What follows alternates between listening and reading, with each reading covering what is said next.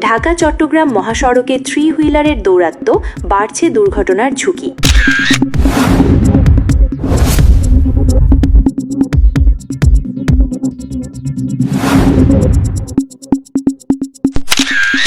ঢাকা চট্টগ্রাম মহাসড়কে নিষিদ্ধ three wheeler চলাচল দিন দিন ভয়াবহ রূপ নিচ্ছে।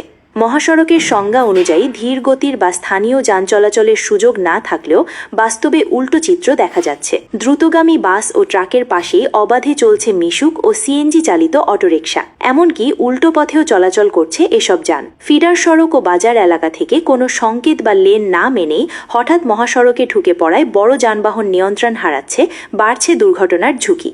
চালকদের অভিযোগ, শতকরা প্রায় ৮০% দুর্ঘটনার পেছনেই রয়েছে এসব অটোরিকশা। নিরাপত্তা নিশ্চিত করতে মহাসড়কের গুরুত্বপূর্ণ পয়েন্টে ওভারব্রিজ ও কার্যকর নিয়ন্ত্রণ ব্যবস্থার দাবি জানান তারা। এদিকে অভিযোগ রয়েছে, ঘাটে ঘাটে চাঁদা দিয়েই চলছে অবৈধ থ্রি হুইলার চলাচল। অটো চালকদের ভাষ্য, মাঝে মাঝে পুলিশ আটক করলেও পরে টাকা দিয়েই ছাড়া পাওয়া যায়। ফলে প্রশ্ন উঠেছে, কার প্রশ্রয়ে মৃত্যু ঝুঁকি নিয়ে চলছে এই যান চলাচল। পুলিশের পক্ষ থেকে বলা হচ্ছে, যাত্রী ও চালকদের সহযোগিতা ছাড়া মহাসড়কে শৃঙ্খলা ফেরানো কঠিন।